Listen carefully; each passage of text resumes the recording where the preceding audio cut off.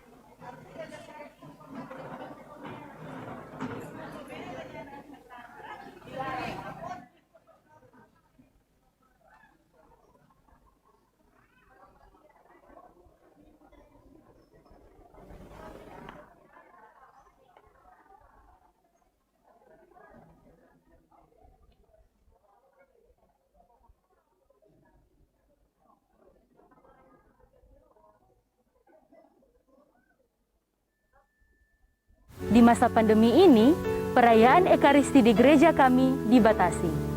Ada yang secara offline maupun secara online. Bagi umat yang akan mengikuti perayaan Ekaristi di rumah, dapat melalui live streaming di YouTube maupun Facebook Paroki Bunda Teresa dari Kalkuta, GPI. Bagi umat yang akan mengikuti perayaan Ekaristi di gereja, wajib mematuhi protokol kesehatan berikut ini. Wajib mengenakan masker. Derma diletakkan di kotak yang telah disediakan. Umat antri dan jangan berbicara apalagi bersentuhan dengan umat lainnya. Cuci tangan menggunakan air dan sabun. Cek suhu tubuh. Jika suhu melewati 37 derajat, umat tidak diperkenankan masuk.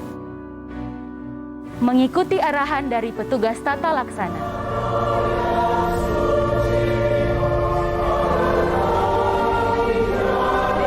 Selama perayaan Ekaristi, umat tetap mengenakan masker dan menjaga jarak dengan umat lainnya. Setelah perayaan Ekaristi, umat segera pulang dan jangan berkerumun. Paroki Bunda Teresa dari Kalkuta Gria Paniki Indah selalu memberikan yang terbaik untuk umat sekalian.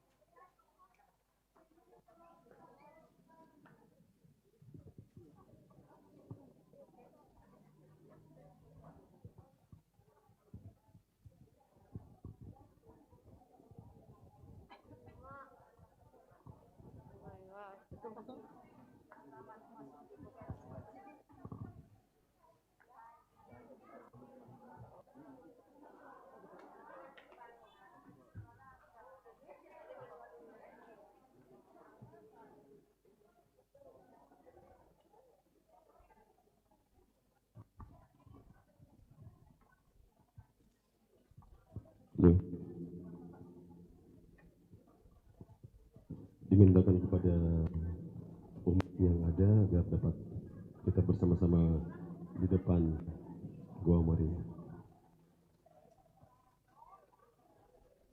Diundang untuk dapat datang di depan Gua Maria.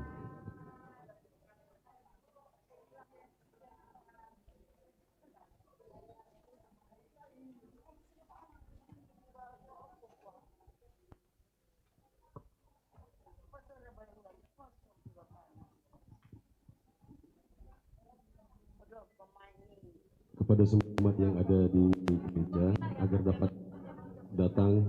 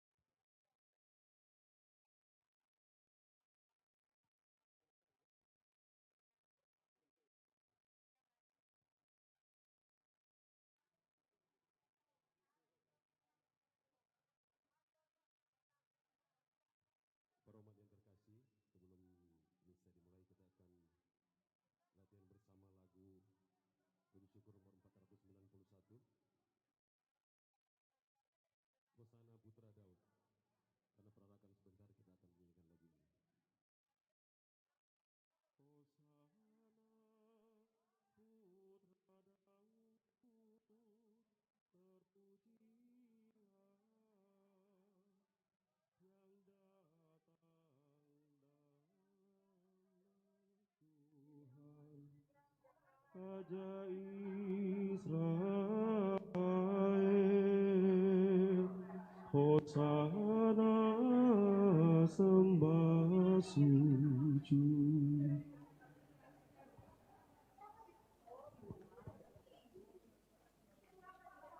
Setelah lagu ini kita akan menyanyikan waktu percikan daun palem Aspergesme.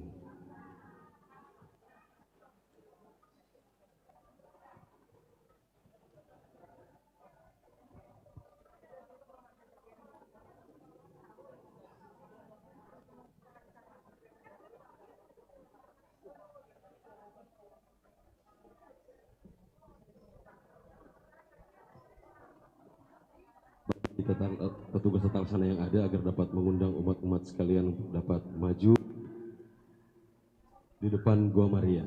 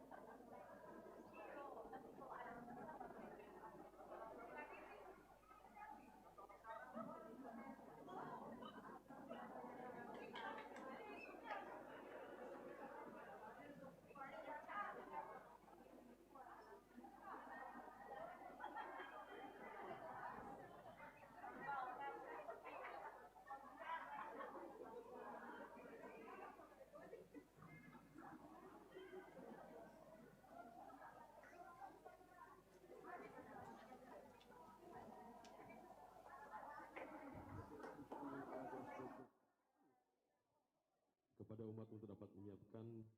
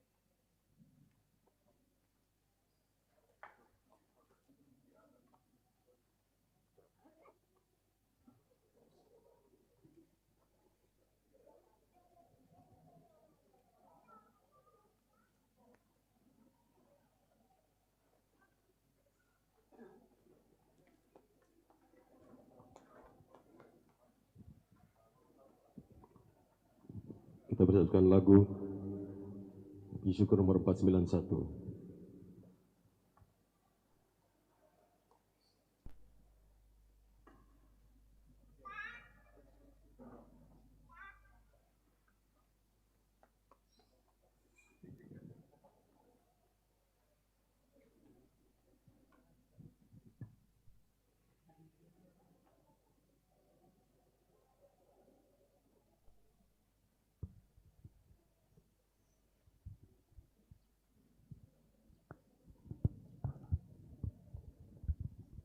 Puji Syukur nomor 491.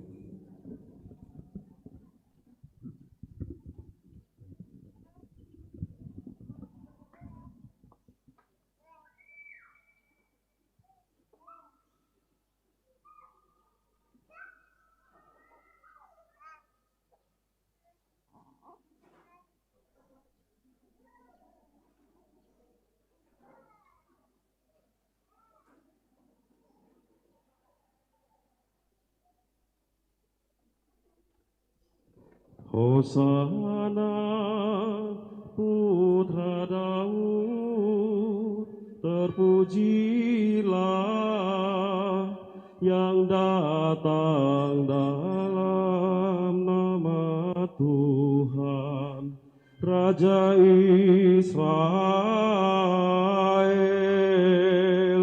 Hosana sembah sujud. Hosana putra Daud, terpujilah yang datang dalam nama Tuhan, Raja Israel. Hosana sembah sujud.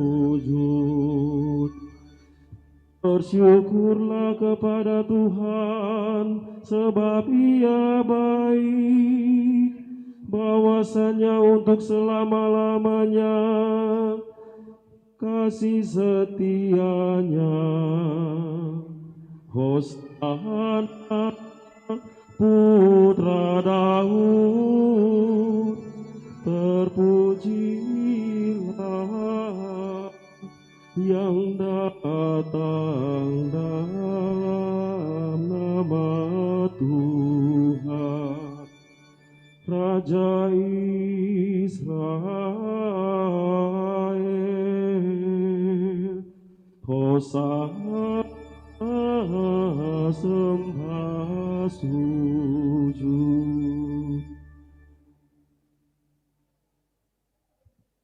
Amin.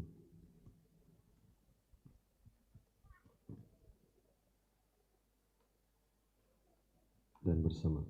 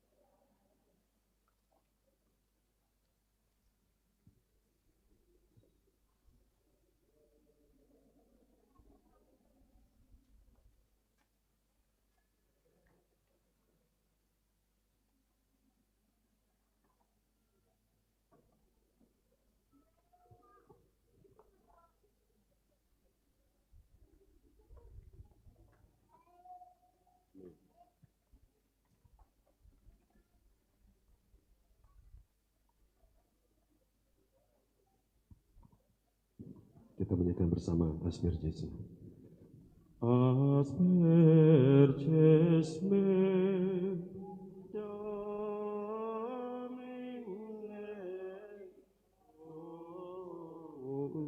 Davor,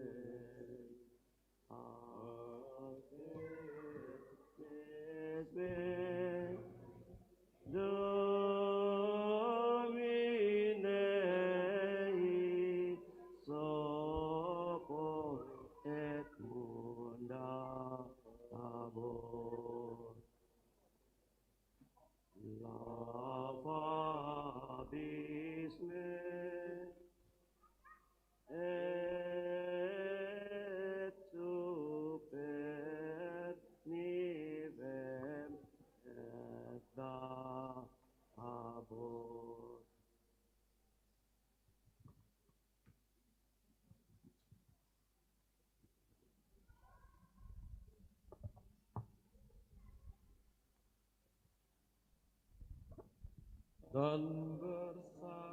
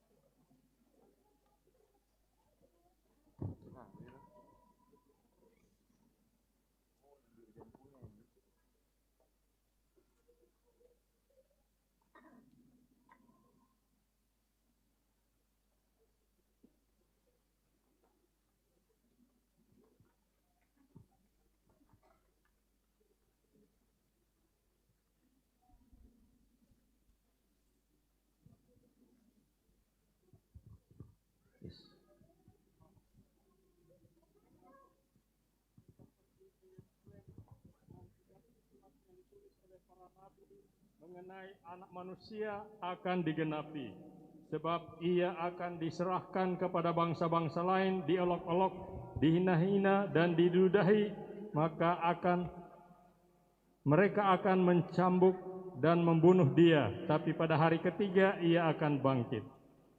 Saudara sekalian, Yesus masuk Yerusalem disambut sebagai raja, tetapi ia naik keledai, transportasi rakyat jelata. Tak ada kegagahan, tak ada keperkasaan, tak ada kecemerlangan. Yang ada ialah kesederhanaan, lebih tepat kerendahan, kehinaan. Sama sekali tidak meyakinkan. Ibarat seorang pengusaha yang mau membicarakan transaksi bermiliar-miliar rupiah, tetapi naik becak. Raja naik keledai.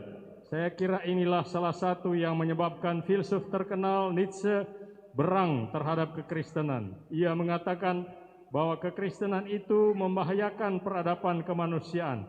Kekristenan dengan ajaran kasih, pengampunan, kerendahan hati, penyangkalan diri telah menciptakan manusia-manusia lembek yang bermental budak dan berhati bubur. Yang diapa-apakan ya terima nasib terus, biarjo terus, pasrah. Dan kata Nietzsche ini berbahaya. Dunia macam apa yang akan dihasilkan oleh orang-orang semacam itu? Padahal dunia ini katanya membutuhkan manusia-manusia super, bukan manusia supermi. Manusia-manusia yang kuat, gagah dan berani. Yang salah, yang dihukum, yang jadi musuh, yang dibabat. Übermensch. Ada benarnya, bukan kata-kata Nietzsche itu? Zaman sekarang kalau kita terima nasib terus, biarjo terus, kita tidak akan maju, kita tidak akan dihargai orang. Ya, tetapi juga dunia macam apa yang akan dihasilkan oleh para superman ala Nietzsche ini? Jika semua orang berprinsip yang kuat itu benar dan bukan yang benar itu kuat, membunuh atau dibunuh supaya saya hidup, yang lain mesti mati. Memang begitulah sekarang ini, dunia kita ini. Apalagi di politik atau di dunia bisnis, ada nasihat, Kalau Anda mau terjun ke politik atau bisnis, tanggalkanlah dan tinggalkanlah moral Anda di rumah. Saudara sekalian, apa yang harus kita lakukan? Jelas jangan takut terhadap situasi, tetapi juga jangan nekat. Kita harus mempunyai strategi dan taktik yang tepat.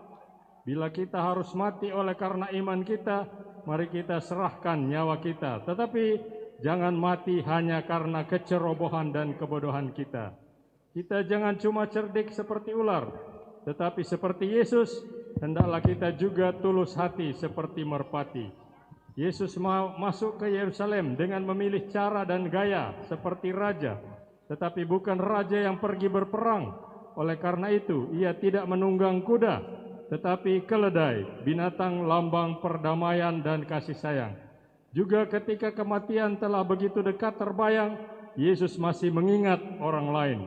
Dari atas keledainya itu, ia akan seakan-akan berkata kepada penduduk Yerusalem, "Mungkin selama ini kamu hanya mendengar tentang aku, kini engkau melihatnya sendiri. Masih belum bersediakah kalian menerima aku sebagai raja demi keselamatanmu sendiri? Lihatlah, aku tidak datang dengan pedang di tangan. Aku naik keledai, aku datang menawarkan perdamaian dan kasih sayang. Kesempatanmu tak banyak lagi." Saudara sekalian, ia juga datang kepada kita dengan undangan yang sama, mengulurkan tangan perdamaian dan kasih sayang. Maukah kita menerima dia sebagai raja, raja satu-satunya dalam hidup kita? Marilah kita berdoa. Allah yang Maha Kuasa dan Kekal, Engkau telah menyerahkan Juru Selamat kami yang telah menjadi manusia dan direndahkan sampai wafat di salib sebagai teladan kerendahan bagi umat manusia. Perkenankanlah kami meneladan sengsaranya dan pantas untuk bangkit bersama Dia yang bersama Dikau dalam persekutuan Roh Kudus, hidup dan berkuasa Allah sepanjang segala masa. Amin. Marilah kita berarak masuk gereja dengan membawa palem kita. Ya Kristus Yesus Rajaku, Raja semesta alam, akan kuasa namamu, surga dan bumi sembah. Yesus Rajaku, Allah besar, padamu saja kami sembah, setia sampai ajalku. Dikala Yesus disambut di gerbang Yerusalem, umat bagai lautan dengan palma di tangan. Dikala Yesus disambut di gerbang Yerusalem, umat bagai lautan dengan palma di tangan. Gemuruh sorak dan sorai, Kristus Raja damai. Yerusalem, Yerusalem, lihatlah rajamu, hosana, terpujilah Kristus Raja Jaya. Yerusalem, Yerusalem, lihatlah rajamu, hosana, terpujilah Kristus Raja Maha Jaya. Lihatlah Kristus Tuhanmu, dialah penebusmu. Duka hati terhibur, hina celah terlebur. Lihatlah Kristus Tuhanmu, dialah penebusmu. Duka hati terhibur, hina celah terlebur. Maka lekaslah bersyukur, luhur namanya. Yerusalem, Yerusalem, lihatlah rajamu. Hosana, terpujilah Yesus Raja Maha Jaya. Yerusalem, Yerusalem, lihatlah Rajamu. Hosana, terpujilah penebus umat manusia. Marilah berdoa. Allah yang Maha Kuasa dan Kekal, Engkau telah menyerahkan juru selamat kami yang telah menjadi manusia dan direndahkan sampai wafat di salib sebagai teladan kerendahan hati bagi umat manusia. Perkenankanlah agar kami meneladan sengsaranya dan pantas untuk bangkit bersama Dia yang bersama Dikau dalam persatuan Roh Kudus, hidup dan berkuasa Allah sepanjang segala masa. Amin.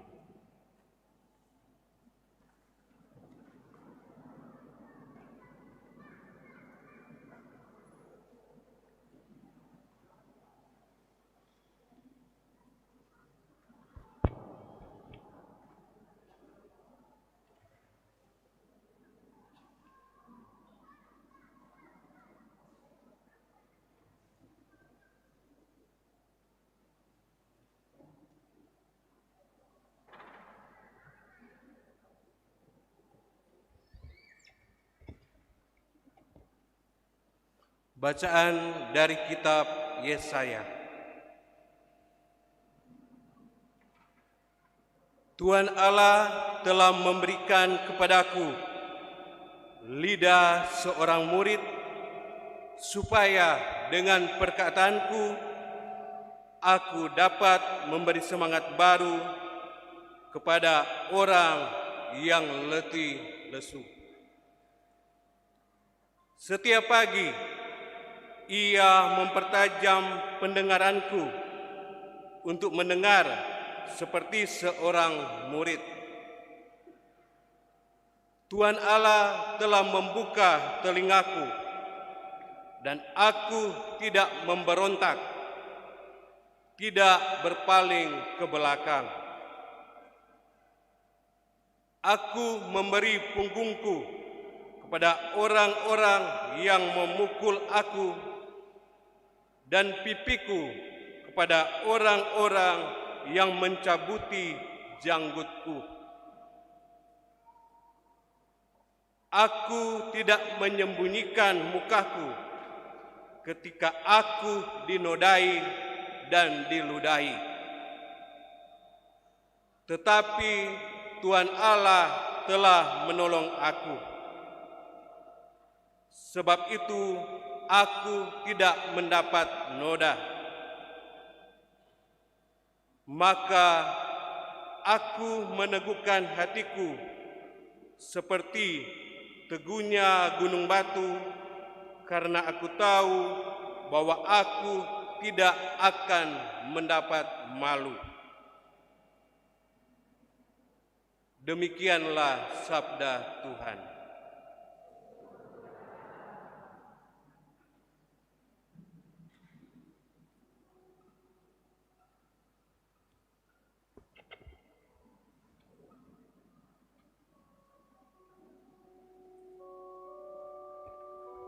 Mazmur tanggapan di syukur 819.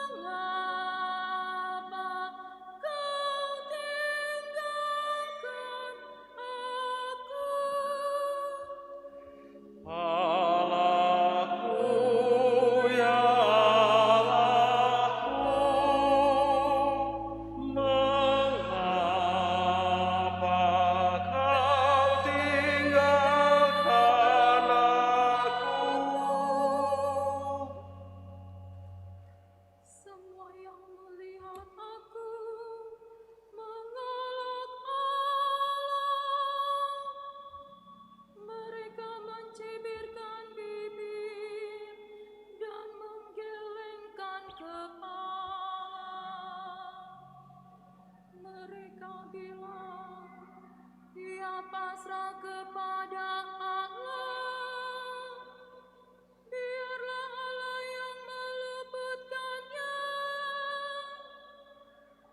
biarlah Allah melepaskannya. Bukankah Allah berkenan kepadanya? Allahku, ya Allahku, mengapa kau tinggalkan aku? Sekawanan anjing mengerumuni aku, gerombolan penjahat mengepung aku. Mereka menusuk tangan dan kakiku, segala tulangku dapat kuhitung. Allahku, ya Allahku, mengapa kau tinggalkan aku? Mereka membagi-bagi pakaianku di antara mereka dan membuang pun di atas jubahku. Tetapi Engkau Tuhan, janganlah jauh, ya kekuatanku, segeralah menolong aku. Allahku, ya Allahku, mengapa kau tinggalkan aku? Maka aku akan memasyurkan namamu kepada saudara-saudaraku dan memuji-memuji Engkau di tengah jemaat. Hai kamu yang takut akan Tuhan, pujilah Dia. Hai segenap anak cucu Yakub, muliakanlah Dia. Gentarlah terhadap Dia, hai segenap anak cucu Israel. Allahku, ya Allahku, mengapa kau tinggalkan aku?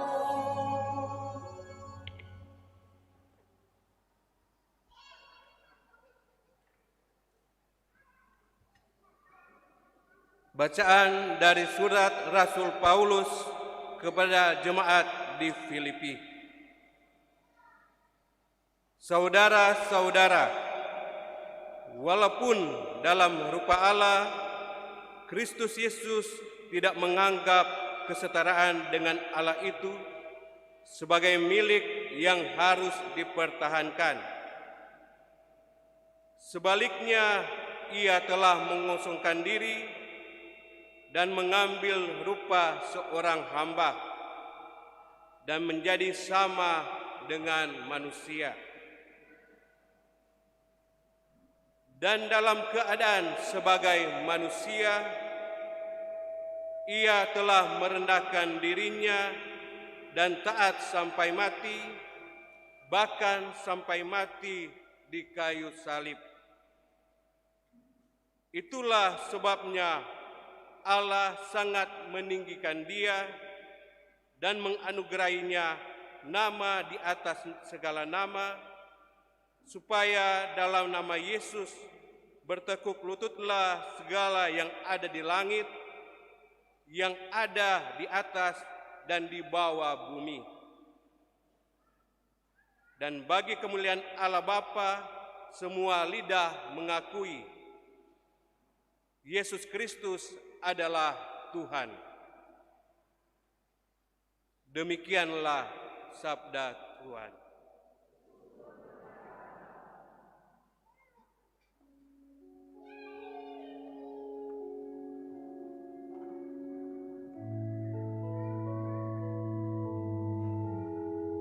Syukur nomor 965.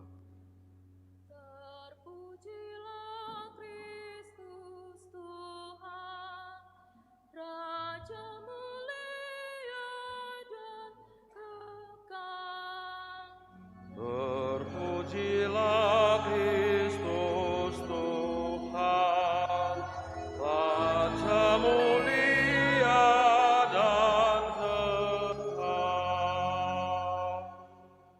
Kristus sudah taat bagi kita, Dia taat sampai mati, bahkan sampai mati di kayu salib. Itulah sebabnya Allah meninggikan Dia dan menganugerahinya nama di atas segala nama. Terpujilah Kristus Tuhan, Raja mulia dan kekal.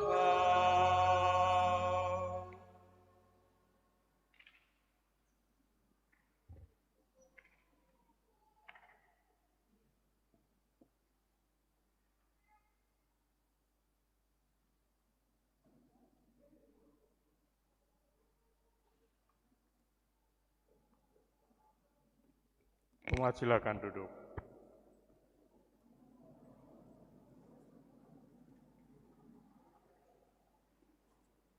Inilah kisah sengsara Tuhan kita Yesus Kristus menurut Lukas. Pada waktu itu, bangkitlah para tua-tua bangsa Yahudi, imam-imam kepala, dan ahli-ahli Taurat, dan mereka membawa Yesus menghadap Pilatus.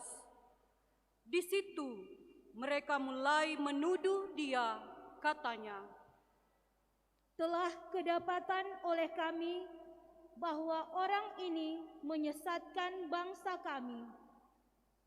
Ia melarang orang membayar pajak kepada Kaisar, dan tentang dirinya ia mengatakan bahwa ia adalah Kristus, yaitu Raja. Pilatus bertanya kepada Yesus,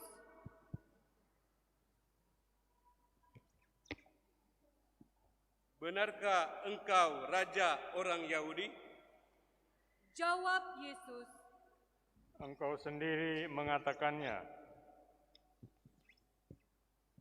kata Pilatus kepada imam-imam kepala dan seluruh orang banyak itu. Aku tidak mendapati kesalahan apapun pada orang ini. Tetapi mereka makin kuat mendesak, katanya, Ia menghasut rakyat dengan ajarannya di seluruh Yudea.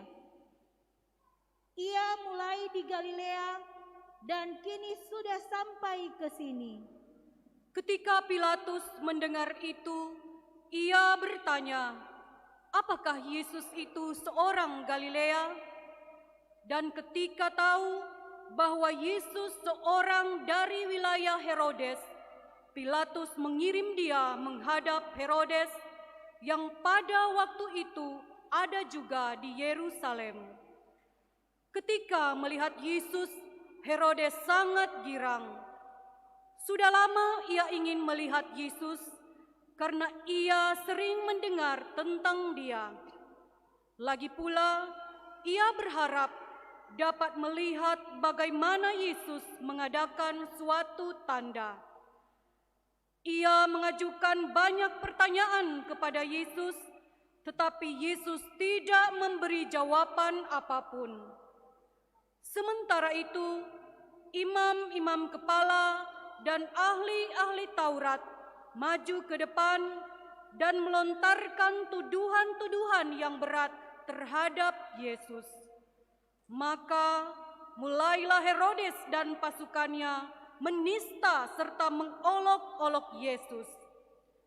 Ia mengenakan jubah kebesaran kepada Yesus, lalu mengirim dia kembali kepada Pilatus. Dan pada hari itu juga bersahabatlah Herodes dan Pilatus yang sebelumnya bermusuhan. Lalu Pilatus mengumpulkan imam-imam kepala serta rakyat dan berkata kepada mereka, "Kamu telah membawa orang ini kepadaku sebagai seorang yang menyesatkan rakyat. Kamu lihat sendiri bahwa aku telah memeriksanya, dan dari kesalahan-kesalahan yang kamu tuduhkan kepadanya, tidak ada yang kudapati padanya. Herodes pun tidak menemukan kesalahan padanya, sehingga ia mengirimkan dia kembali kepada kami. Sesungguhnya tidak ada suatu apapun yang dilakukannya yang setimpal dengan hukuman mati. Jadi aku akan menghajar dia lalu melepaskannya." Tetapi mereka berteriak bersama-sama, "Enyahkanlah dia, lepaskanlah Barabas bagi kami." Barabas ini dimasukkan ke dalam penjara berhubung dengan suatu pemberontakan yang telah terjadi di dalam kota dan karena pembunuhan. Sekali lagi Pilatus berbicara dengan suara keras kepada mereka karena ia ingin melepaskan Yesus, tetapi mereka berteriak membalasnya, "Salibkanlah dia, salibkanlah dia." Kata Pilatus untuk ketiga kalinya kepada mereka, "Kejahatan apa yang sebenarnya telah dilakukan orang ini? Tidak ada suatu kesalahan pun yang kudapati padanya yang setimpal dengan hukuman mati. Jadi aku akan menghajar dia lalu melepaskannya." Tetapi dengan berteriak mereka mendesak dan menuntut supaya Yesus disalibkan. Akhirnya mereka menang dengan teriakan mereka. Lalu Pilatus memutuskan supaya tuntutan mereka dikabulkan. Jadi Pilatus melepaskan Barabas yang dimasukkan ke dalam penjara karena pemberontakan dan pembunuhan itu sesuai dengan tuntutan mereka. Ketika membawa Yesus untuk disalibkan, para serdadu menahan seorang yang bernama Simon dari Kirene yang baru datang dari luar kota, lalu meletakkan salib Yesus di atas bahunya supaya ia memikulnya sambil mengikuti Yesus. Sejumlah besar orang mengikuti Yesus, di antaranya banyak perempuan yang menangisi dan meratapi dia. Yesus berpaling kepada mereka dan berkata, Hai putri-putri Yerusalem, janganlah kamu menangisi aku, melainkan tangisilah dirimu sendiri dan anak-anakmu. Sebab lihat, akan tiba masanya orang berkata, berbahagialah perempuan mandul, dan berbahagialah perempuan yang rahimnya tidak pernah melahirkan, dan yang tidak pernah menyusui. Maka orang akan mulai berkata kepada gunung-gunung, runtuhlah menimpa kami, dan kepada bukit-bukit, timbunilah kami. Sebab jikalau orang berbuat demikian dengan kayu hidup, apakah yang akan terjadi dengan kayu kering? Bersama Yesus digiring juga dua orang lain, yaitu dua penjahat, untuk dihukum mati bersama-sama dengan Dia. Ketika mereka sampai di tempat yang bernama Tengkorak, mereka menyalibkan Yesus di situ. Kecuali Yesus disalibkan juga kedua orang penjahat itu, yang seorang di sebelah kanannya dan yang lain di sebelah kirinya. Ketika bergantung di salib, Yesus berkata, Ya Bapa, ampunilah mereka, sebab mereka tidak tahu apa yang mereka perbuat. Dan mereka membuang undi untuk membagi pakaian Yesus. Orang banyak berdiri di situ dan melihat semuanya.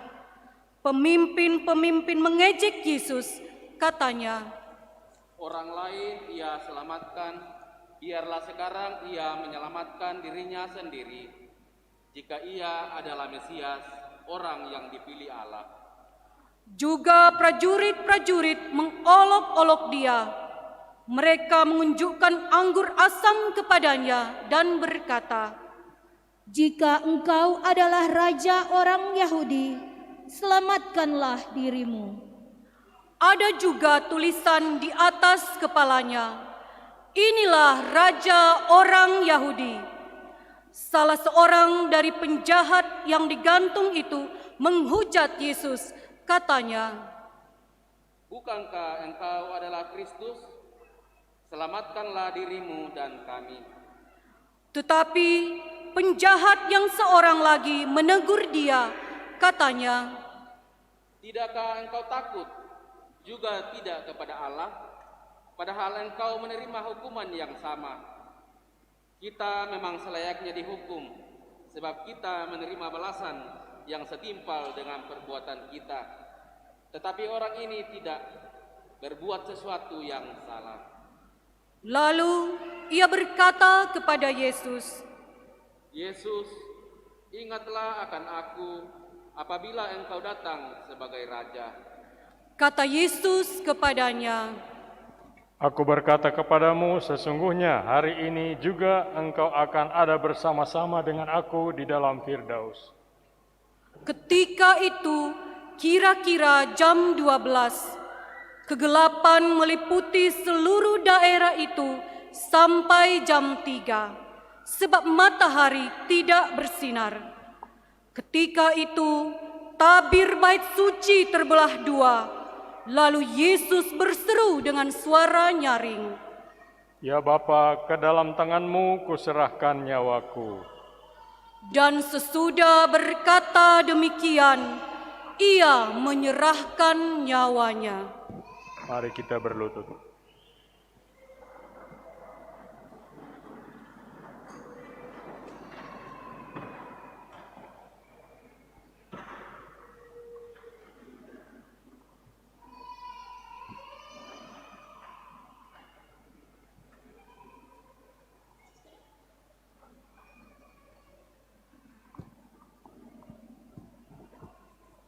Mari kita berdiri.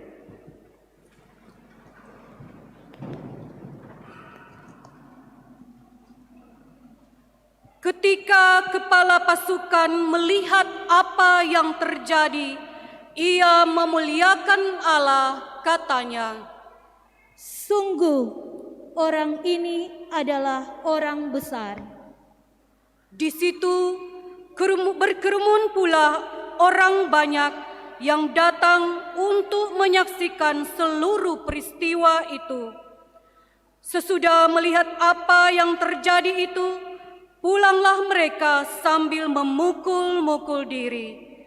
Semua orang yang mengenal Yesus dari dekat termasuk perempuan-perempuan yang mengikuti dia dari Galilea, berdiri jauh-jauh dan melihat semua itu.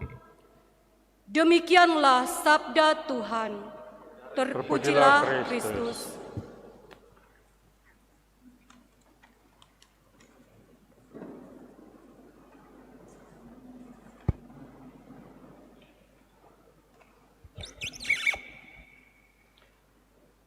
Tidak ada kasih yang lebih besar daripada kasih seseorang yang menyerahkan nyawa bagi sahabat-sahabatnya. Demikian kata-kata Yesus dalam Injil Yohanes pasal 15 ayat 13. Kata-kata Yesus ini bukan hanya ia katakan, tapi juga ia wujudkan dan dengan mati disalib untuk kita. Hal yang sama mau dihidupi dan dihayati oleh pengikut-pengikutnya sepanjang sejarah. Mari kita melihat beberapa contoh. Pertama, peristiwa ini benar-benar terjadi di Thailand di masa Perang Dunia Kedua. Seorang prajurit Inggris, tawanan perang tentara Jepang, sedang kerja paksa bersama teman-teman sesama tahanan lainnya di rel kereta api di Thailand. Menjelang malam, pekerjaan sehari sudah selesai. Peralatan kerja sedang dihitung seperti biasa. Hampir saja tim kerja paksa dibubarkan. Tiba-tiba pengawal Jepang berteriak bahwa sebuah skop hilang. Ia yakin seseorang sudah mencurinya dan menjualnya kepada orang-orang Thailand. Sambil melangkah mondar-mandir di depan para tahanan yang sudah berjajar itu, ia teriak-teriak dengan kata-kata kasar, maki-maki, mencela mereka atas kekurang ajaran mereka, serta sikap tidak tahu terima kasih kepada Kaisar Jepang tentunya.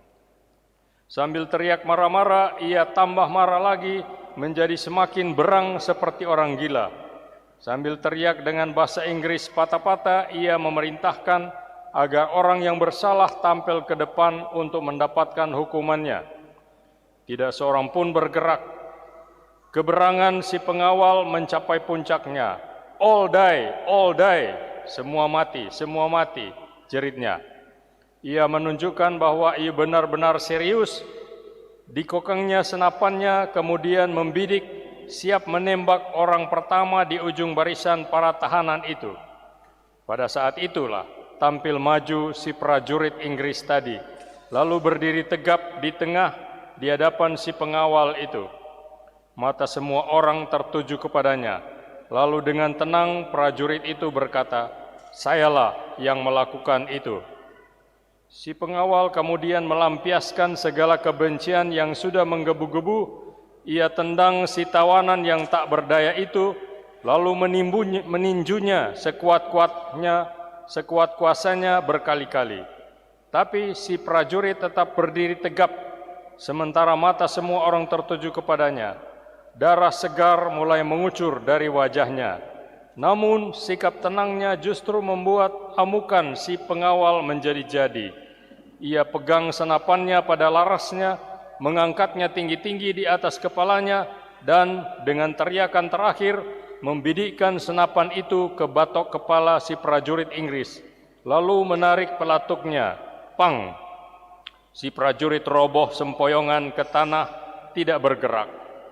Walaupun jelas-jelas ia sudah tewas, si pengawal memukulnya terus dengan gagang senapannya dan baru berhenti waktu tenaganya sudah habis. Para tahanan yang kerja paksa itu lalu mengangkat jenazah rekan mereka itu, memikul peralatan yang mereka gunakan, lalu bersama-sama berjalan menuju kamp. Ketika peralatan dihitung kembali di pos jaga pengawal kamp, ternyata tidak ada satu skop pun yang hilang. Saudara-saudari, pun atas cara-cara yang kecil-kecilan, kita dapat menghidupi dan menghayati kata-kata Yesus ini. Tidak ada kasih yang lebih besar daripada kasih seorang yang memberikan nyawanya untuk sahabat-sahabatnya. Atas cara bagaimana kita bisa memberikan nyawa untuk orang-orang lain? Contoh kedua, Pastor Santo Maximilian Kolbe seorang pastor Polandia yang ditangkap Nazi karena dituduh menyebarkan kebencian terhadap pemerintah karena menyiarkan siaran-siaran yang mengatakan bahwa pandangan-pandangan dan aksi-aksi Nazi itu tidak Kristiani melalui radio yang ia sendiri rintis. Ia dimasukkan dalam sel bersama orang-orang lain termasuk orang-orang Yahudi. Suatu hari pengawal Nazi mau menghabisi sebagian tawanan dalam kamar gas, berarti membunuh mereka. Supaya tidak bingung, maka ia diretkan para tawanan dalam satu baris, lalu mulai menghitung mereka dari 1 sampai 10. Dan orang yang kena pada hitungan angka 10 harus tampil ke depan untuk dimatikan di kamar gas. Kebetulan Pastor Maximilian Kolbe ini tidak kena hitungan angka 10, berarti ia luput dari hukuman mati. Tapi ada seorang bapak yang kena hitungan angka 10. Ia tampil dan dengan menangis sambil berlutut mohon kepada pengawal agar nyawanya tidak dihabisi. Sebab ia punya keluarga besar yang harus ia urus. Ada istri dan 9 orang anak. Pada saat itu tampillah Pastor Maximilian Kolbe yang menyatakan bahwa ia siap menggantikan bapak keluarga ini. Permohonannya dikabulkan. Akhirnya ia mati di ruang gas bersama tahanan-tahanan lain yang dapat hitungan angka 10. Sedang si bapak yang digantikannya hidup terus untuk memberi kesaksian pada saat Maximilian Kolbe diangkat menjadi kudus.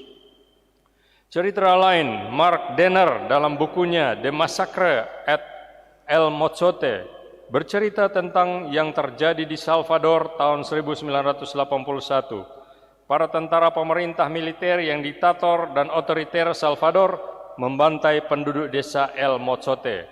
767 orang tewas, kebanyakan wanita dan anak-anak. Di antaranya seorang gadis beragama Kristen Protestan yang tidak bisa mereka lupakan. Mereka menyiksa dia secara mengerikan sepanjang sore, tapi selama penyiksaannya ia menyanyikan terus lagu-lagu pujian. Pun setelah ia ditembak pada dadanya, nyanyiannya tidak berhenti. Meski menjadi kurang keras, tapi terus menyanyi. Para tentara tercengang melihat dan menunjuk ke dia. Mereka kelelahan, kemudian menembak dia lagi. Tapi dia masih terus menyanyi. Keranan mereka berubah jadi ketakutan, sampai akhirnya mereka menghunus pedang lalu menebas lehernya, baru akhirnya nyanyiannya berhenti. Masih, saudara sekalian, masih ada contoh-contoh lain di sepanjang sejarah gereja kita, juga di Indonesia. Misalnya yang Katolik, Yosudarso, pahlawan yang menguasai kapal Macan Tutul yang didor oleh tentara musuh dan kemudian tenggelam, atau Agustinus Adi Sucipto yang dengan pesawatnya menghantar obat-obatan untuk mengobati mereka yang terluka dalam perang, tetapi dengan risiko yang besar. Akhirnya dia dikena torpedo dan jatuh pesawatnya. Atau Ignatius Lamet Riyadi yang jadi pahlawan karena jadi panglima perang untuk membebaskan rakyat Ambon dari RMS. Mereka-mereka yang mau menapaki jejak-jejak sang guru mereka, mencontohi dia, menghidupi dan menghayati sabda-sabda Yesus ini dalam Yohanes 15:13 yang tidak hanya ia ucapkan tapi ia wujud nyatakan. Tiada kasih yang lebih besar daripada kasih seseorang yang menyerahkan nyawanya untuk sahabat-sahabatnya. Kita tidak usah mati seperti mereka, tapi atas cara-cara yang kecil-kecilan dapat menghayati kata-kata Yesus ini. Pertanyaannya kembali, atas cara bagaimana kita bisa memberikan nyawa untuk orang-orang lain? Contoh-contoh di Indonesia ada banyak. Perkenankan saya cuma menyebut 3 contoh saja. Saudara sekalian, kisah tentang salib adalah kisah tentang kasih Allah bagi masing-masing kita. Kisah salib itu bicara mengenai Allah yang menyertai kita, baik dalam saat-saat sukacita maupun dalam berbagai penderitaan dan kesedihan kita. Kisah salib bicara tentang Allah yang memberi kita keberanian untuk menghadapi berbagai macam cobaan. Kisah itu bicara tentang Allah yang memberdayakan kita, yang memberi kita kuasa agar tidak takut terhadap apapun dan kepada siapapun. Serdadu Inggris, Pastor Maximilian Kolbe, si gadis El Salvador, Yosudarso, Adi Sucipto, Slamet Riyadi, dan lain-lain sanggup memberi kesaksian tentang iman mereka, meski harus menanggung siksaan dan penderitaan, bahkan harus mati, karena mereka mengalami Putra Allah yang tersalib ada bersama mereka. Dan inilah kebenaran yang mengagumkan dari agama kita. Putra Allah telah mati untuk kita, agar kita bisa hidup dan memberi kesaksian atas kuasa kematiannya yang mengubahkan bagi kita. Saudara sekalian, itulah maksud kita membawa daun palem hari ini, untuk membaharui tekad kita mengikuti Dia. Dialah sumber keselamatan kita, Dialah penyelamat kita. Maka kita berseru Hosana, yang secara harafiah berarti selamatkanlah kami. Semoga demikian, amin.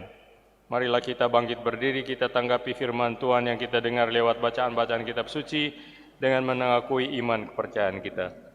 Aku percaya akan Allah Bapa yang Maha Kuasa, pencipta langit dan bumi, Yesus Kristus putranya yang tunggal Tuhan kita, yang dikandung dari Roh Kudus, dilahirkan oleh perawan Maria, yang menderita sengsara dalam pemerintahan Pontius Pilatus, disalibkan, wafat dan dimakamkan, yang turun ke tempat penantian, hari ketiga bangkit dari antara orang mati, yang naik ke surga. Dari situ akan datang medali orang hidup dan mati. Saya akan Roh Kudus, Gereja Katolik yang kudus, persekutuan para kudus, pengampunan dosa, kebangkitan pada. Bersama Yesus yang taat sampai wafat, tetapi dijunjung tinggi oleh Bapanya, marilah kita menghadap Bapa dan berdoa. Bagi gereja yang menderita, semoga Bapa menambahkan mereka yang menderita, dihina, difitnah karena imannya, agar mereka tetap berpengharapan bahwa sesudah cobaan akan datang pembebasan. Marilah kita mohon. Tuhan, dengarkanlah umat-Mu. Bagi para pemimpin masyarakat, semoga Bapa mendampingi para pemimpin masyarakat kami, agar dengan tabah tetap memperjuangkan kesejahteraan umum dan tidak tergoda untuk mementingkan kepentingan diri sendiri. Marilah kita mohon. Dengarkanlah umat-Mu. Bagi masyarakat dan dunia yang menderita karena pandemi COVID-19, semoga Bapa memberkati dan mendampingi seluruh masyarakat dan dunia yang sedang mengalami penderitaan karena wabah pandemi COVID-19, agar dengan rela dan dengan penuh iman mempersatukan penderitaannya dengan penderitaan Kristus demi keselamatan seluruh bangsa. Marilah kita mohon. Tuhan, dengarkanlah umat-Mu. Bagi kita sendiri yang berkumpul di sekitar altar ini, Bapa yang Maha Murah, semoga Engkau mencurahkan semangat Yesus Kristus Putra-Mu dalam diri kami, agar kami dapat saling membantu dalam memanggul salib kehidupan kami sehari-hari dalam mengikuti jejak Putra-Mu. Marilah kita mohon. Tuhan, dengarkanlah umat-Mu. Mari kita bersyukur bersama Ibu Anneke Vincentia Anso yang berulang tahun ke-44 bersama keluarga Wewengkang Anso tanggal 5 April yang lalu. Kita bersyukur bersama OMK Paroki Santo Yohanes Baptis de la Salle atas perayaan Pesta Pelindung tanggal 7 April. Kita bersama dengan wilayah rohani Santa Dwilina sebagai penyelenggara misa berdoa kiranya Tuhan memberkati keluarga-keluarga di wilayah rohani ini. Keluarga Ibu Norin Dengah dan anak-anak berdoa untuk keselamatan jiwa Bapak Martinus Yosef Tawale yang meninggal 8 tahun yang lalu. Kiranya dia menjadi pendoa bagi keluarga yang mengasihinya yang masih berjuang di dunia ini. Kita berdoa untuk Bapak Wens Duarmas yang mengucap syukur atas bertambah usia anak terkasih Vena Gloria Duarmas yang merayakan ulang tahun ke-6 pada tanggal 19 April. Semoga Tuhan memberkati hidupnya, cita-citanya untuk kebahagiaan diri sendiri, keluarga, masyarakat, dan gereja. Bersyukur bersama keluarga Mama Haid Kawiri atas terkabulnya novena 3 kali Salam Malia. Mari kita mendoakan keselamatan arwah Ivan Sahiri Randang dan Frankiano Bastianus Randang yang telah berpulang ke pangkuan Bapa di surga. Kiranya mereka sekarang menemukan kedamaian dan kebahagiaan abadi di rumah Bapa bersama para kudus dan menjadi pendoa bagi keluarga yang mengasihinya. Marilah kita mohon. Tuhan dengarkanlah umat-Mu. Allah Bapa kami di surga, demi cinta kasih-Mu, Engkau menghendaki kami menjadi putra dan putri-Mu berkat jasa Yesus Kristus Putra-Mu. Kami mohon terimalah dan kabulkanlah permohonan kami dengan perantaraan Kristus Tuhan kami. Amin.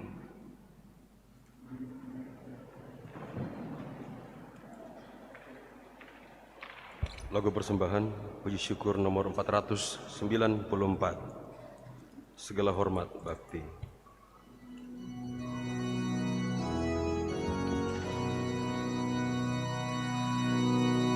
Segala hormat bakti bagimu penebus, dan anak pun bernyanyi hosana Rajaku. Kau Raja Bani Yakub, keturunan Daud,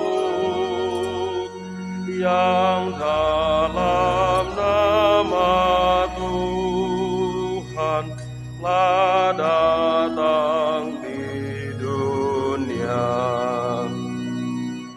Segala hormat bakti bagimu penebus, dan anak pun bernyanyi hosana Rajaku. Himpunan malaikat di surga bermadah, seluruh alam raya berpadu menyembah. Segala hormat bakti bagimu penebus, dan anak pun bernyanyi hosana Rajaku. Bersorak umat Allah menyambut datang-Mu, dan kami melambungkan pujian dan madah. Segala hormat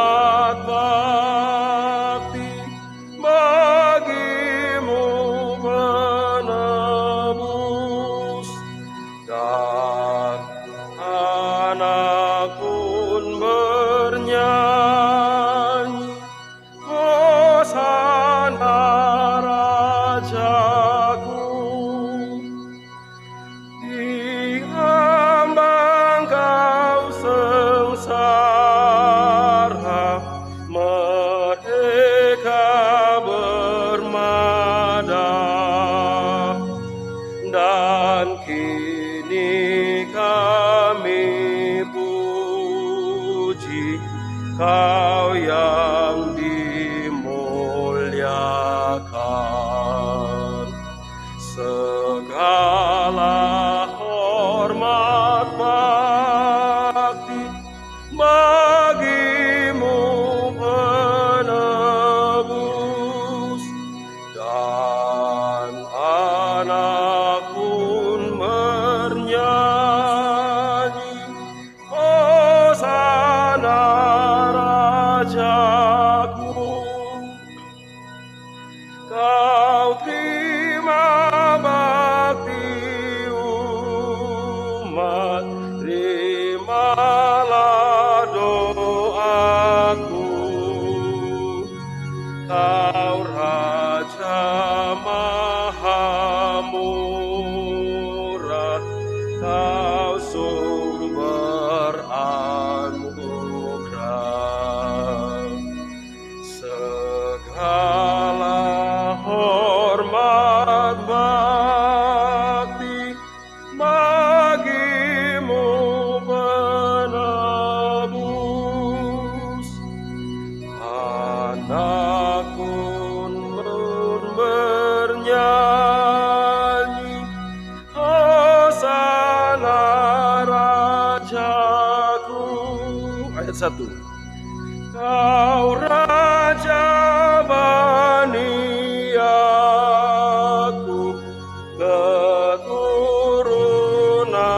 Daud, yang dalam nama Tuhan telah datang di dunia.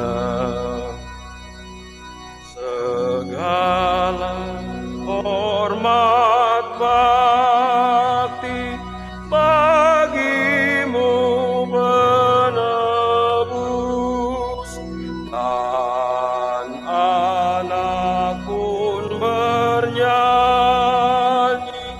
Hosana Pajaku.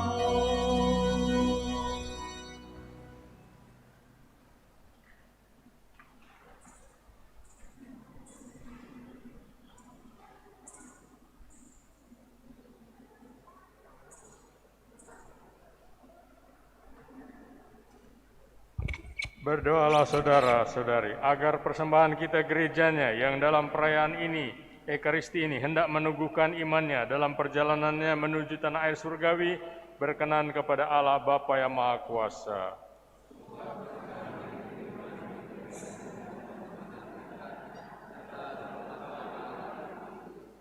Amin. Allah Bapa kami yang Maha Rahim, berkat sengsara dan wafat putramu, Engkau semakin dekat dengan kami.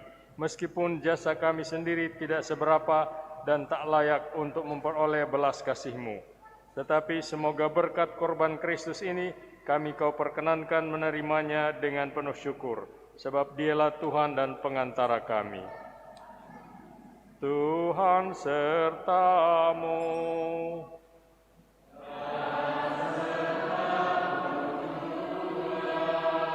Marilah mengarahkan hati kepada Tuhan.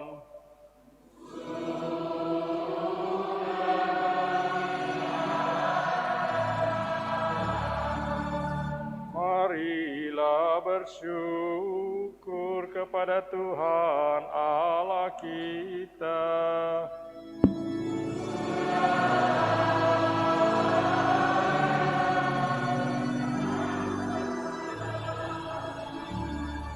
Sungguh pantas dan benar, layak dan menyelamatkan, bahwa kami selalu dan dimanapun bersyukur kepadamu, Tuhan Bapa yang kudus, Allah yang Maha Kuasa dan kekal. Sebab melalui sengsara putramu yang menyelamatkan, seluruh dunia menjadi sadar untuk mengakui keagungan-Mu, karena dengan kekuatan salib yang tak terperikan itu, nyatalah pengadilan atas dunia. Maka Tuhan bersama para malaikat dan semua orang kudus, kami dengan sukacita memuliakan Dikau dengan tanti-hentinya berseru.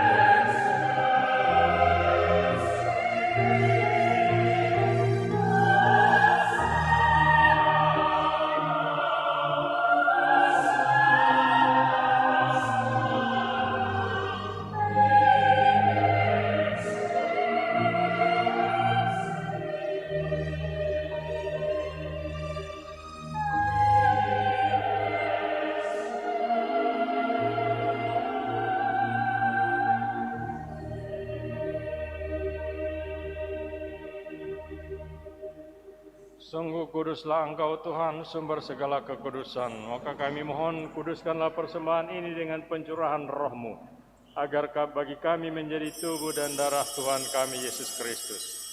Ketika Dia diserahkan untuk menanggung sengsara dengan rela, Dia mengambil roti, dan sambil mengucap syukur, Dia memecah-mecahkan, lalu memberikannya kepada murid-muridnya seraya berkata, "Terimalah dan makanlah kamu semua, inilah tubuhku yang diserahkan bagimu."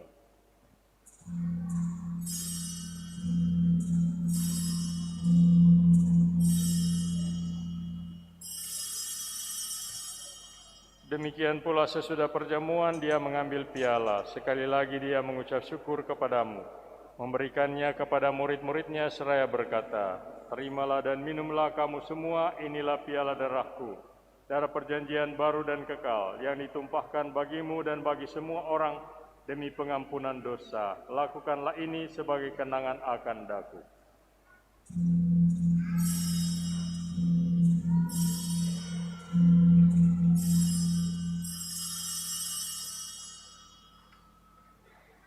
Marilah mewartakan misteri iman kita.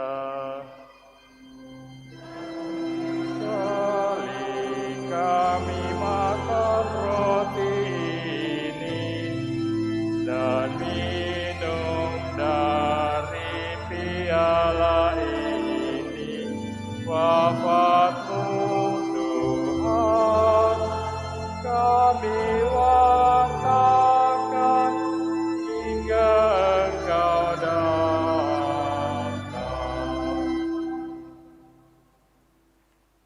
Sambil mengenangkan wafat dan kebangkitan Kristus, kami mempersembahkan kepadamu Bapa, roti kehidupan dan piala keselamatan. Kami bersyukur, sebab kami Engkau anggap layak menghadap Engkau dan berbakti kepadamu.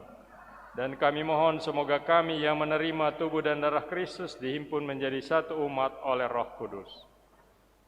Ingatlah Tuhan akan gerejamu yang tersebar di seluruh bumi, agar Engkau menyempurnakannya dalam cinta kasih, dalam persatuan dengan Paus kami Fransiskus dan uskup kami Benediktus Estefanus, serta semua rohaniwan. Ingatlah juga akan saudara-saudari kami yang telah meninggal dengan harapan akan bangkit, dan akan semua orang yang telah berpulang dalam kerahiman-Mu, dan terimalah mereka dalam cahaya wajah-Mu. Kami mohon kasihanilah kami semua, agar kami Engkau terima dalam kebahagiaan abadi, bersama Santa Perawan Maria, Bunda Allah, Santo Yosef mempelainya, para rasul dan semua orang kudus sepanjang masa yang hidupnya berkenan padamu. Semoga kami pun Engkau perkenankan turut serta memuji dan memuliakan Dikau dengan pengantaraan Yesus Kristus Putramu. Dengan pengantaraan Dia, bersama Dia, dan dalam Dia, bagimu Allah Bapa yang Maha Kuasa, dalam persekutuan dengan Roh Kudus, segala hormat dan kemuliaan sepanjang segala masa.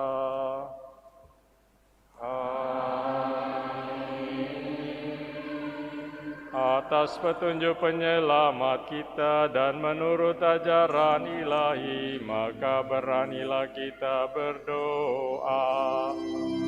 Bapa kami yang ada di surga, dimuliakanlah namamu, datanglah kerajaanmu, jadilah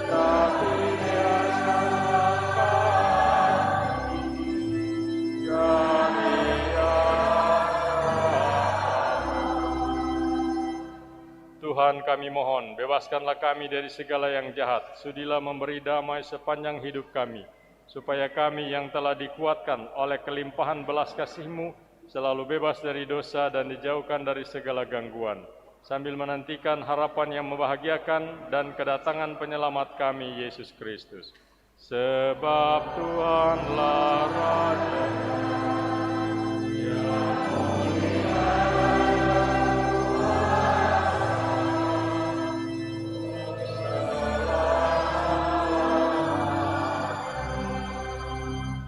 Tuhan Yesus Kristus, Engkau telah bersabda kepada para rasul-Mu, damai-Ku kutinggalkan bagimu, damai-Ku kuberikan kepadamu.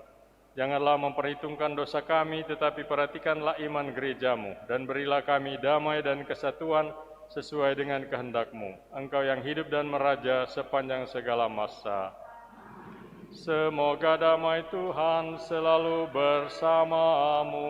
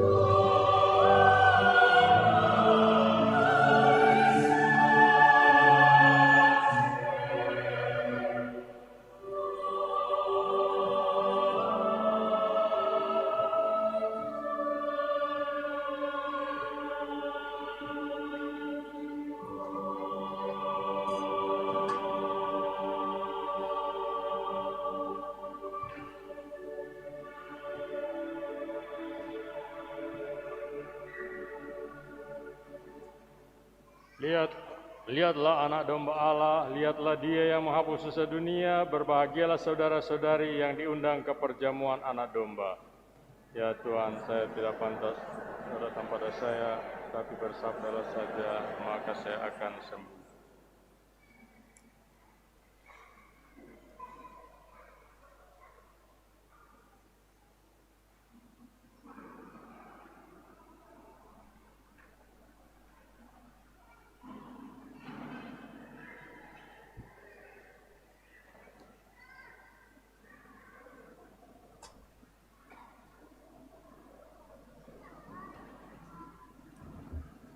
Lagu Komuni, puji syukur nomor 548.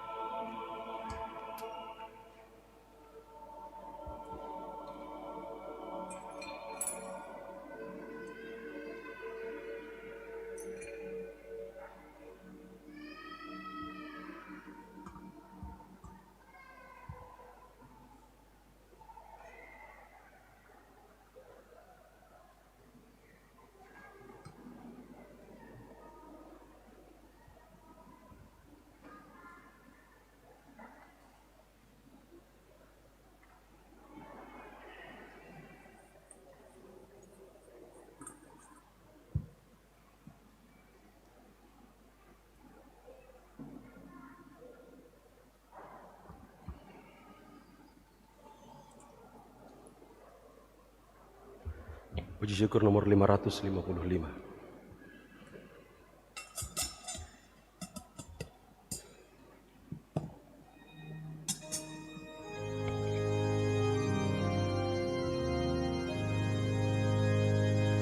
Kau ku sembah, ya roti surgawi, ya Tuhanku, Allah Bang besar,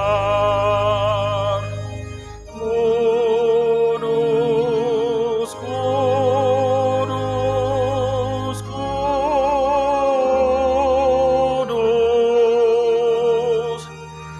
Kau lestari, kudus,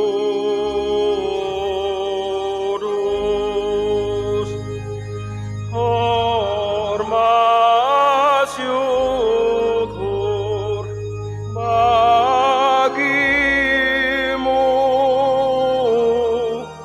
dalam hosti kudus. Ayat 2. Ya laku, pandanglah umatmu, segarkanlah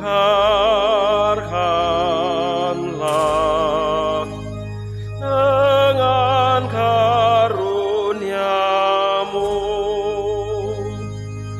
Kudus, kudus, kudus,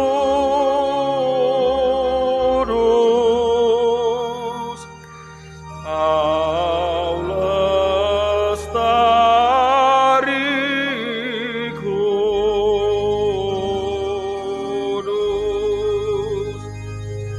hormat syukur bagimu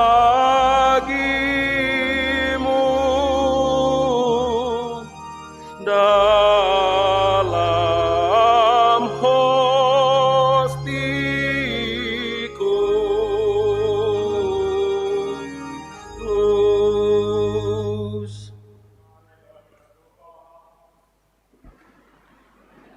Allah Bapa kami yang Maha Kuasa dan Maha Rahim, dengan gembira kami menerima putra-Mu di tengah kami. Dan kami pun telah mengenangkannya dengan penuh rasa syukur betapa berat dan hina ia menderita agar kami hidup.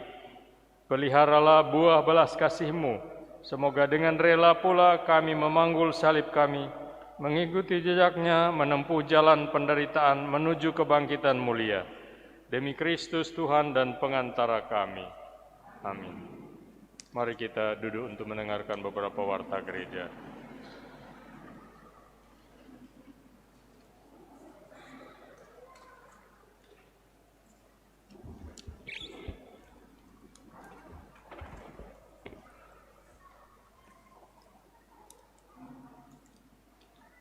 Terima kasih.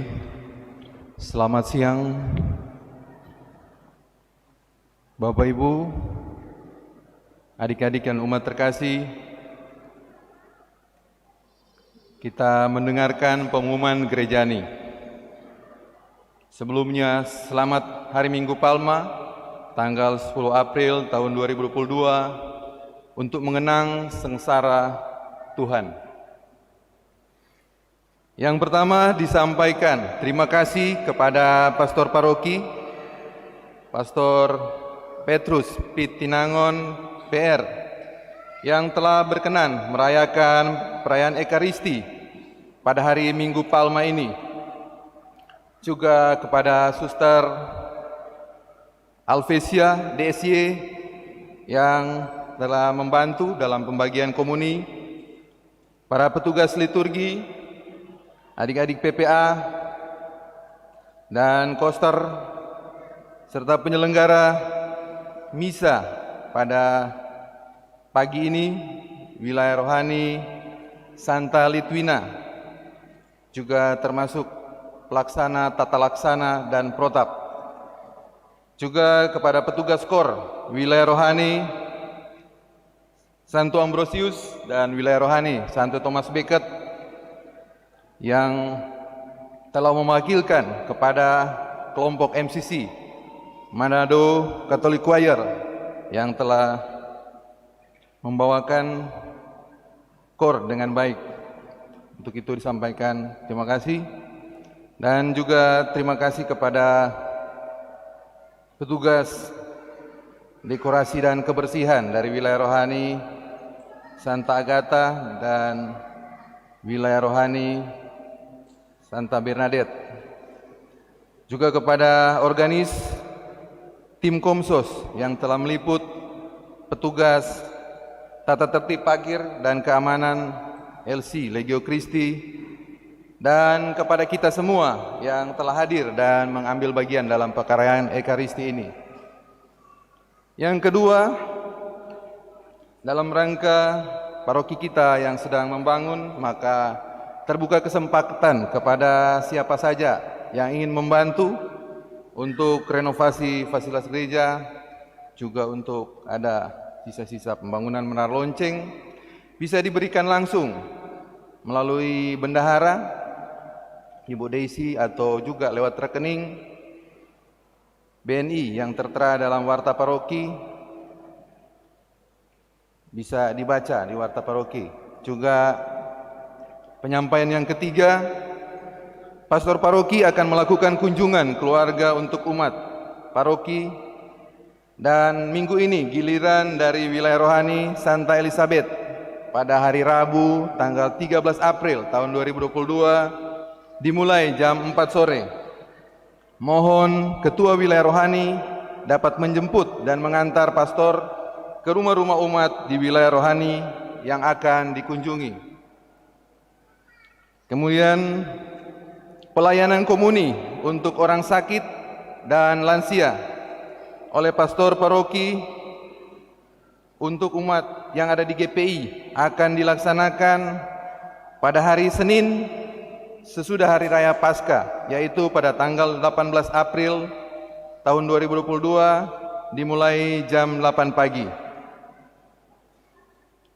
Selanjutnya disampaikan kepada ketua-ketua wilayah rohani bahwa sudah ada buku Kompendium Katekismus Gereja Katolik milik paroki yang dipakai di wilayah-wilayah rohani, seperti contoh ini. Bagi ketua-ketua wilayah rohani yang belum mengambil buku kompendium ini, harap segera mengambil karena ini dipakai di ibadah-ibadah wilayah rohani untuk ada penyampaian-penyampaian kepada umat dalam buku kompendium ini. Selanjutnya dari seksi liturgi paroki menyampaikan kepada para petugas, lektor Mazmur, dirijen, agar supaya untuk misa Kamis Putih dan ibadah Jumat Agung, para petugas boleh menyiapkan diri untuk dilatih oleh seksi liturgi pada hari Rabu jam 3 sore. Dan untuk Vigili Paskah dan Paskah diadakan latihan pada hari Sabtu jam 12 siang. Selanjutnya ini penyampaian dari kelompok LC yang menjaga pengamanan dan tata parkir selama pekan suci ini. Diharapkan kepada umat, terutama nanti pada misa-misa menjelang malam, selama pekan suci ini mulai dari hari Kamis Putih, Jumat Agung dan Vigili Paskah, itu karena banyak umat yang akan hadir, maka kita tetap waspada dan berhati-hati. Dimohon untuk membuka kaca pada saat masuk ke gereja dan tidak membawa barang-barang yang terlalu besar, dan untuk kendaraan bagi yang tinggal dekat gereja agar supaya dimohon tidak membawa kendaraan. Untuk itu juga kelompok LC sudah meningkatkan membangun penerangan-penerangan di kompleks halaman parkir untuk memudahkan dalam pantauan dan supaya ada penerangan secara keseluruhannya. Paling terakhir, info dari bendahara dalam kolom kolekte. Di sini ada informasi kolekte misa, tertulis kolekte pembangunan di kolom keempat. Itu salah ketik. Seharusnya kolekte kedua pada minggu pertama yang lalu, yaitu diperuntukkan untuk dana solidaritas antar paroki. Dan pada minggu ini yang sudah dijalankan tadi adalah kolekte kedua untuk minggu kedua untuk dana solidaritas untuk seminari.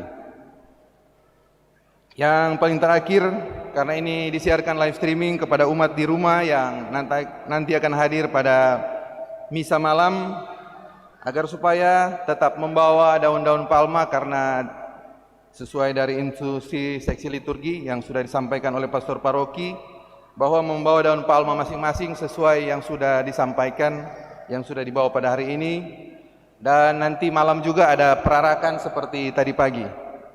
Demikian penyampaian, atas perhatian disampaikan. Terima kasih. Selamat siang.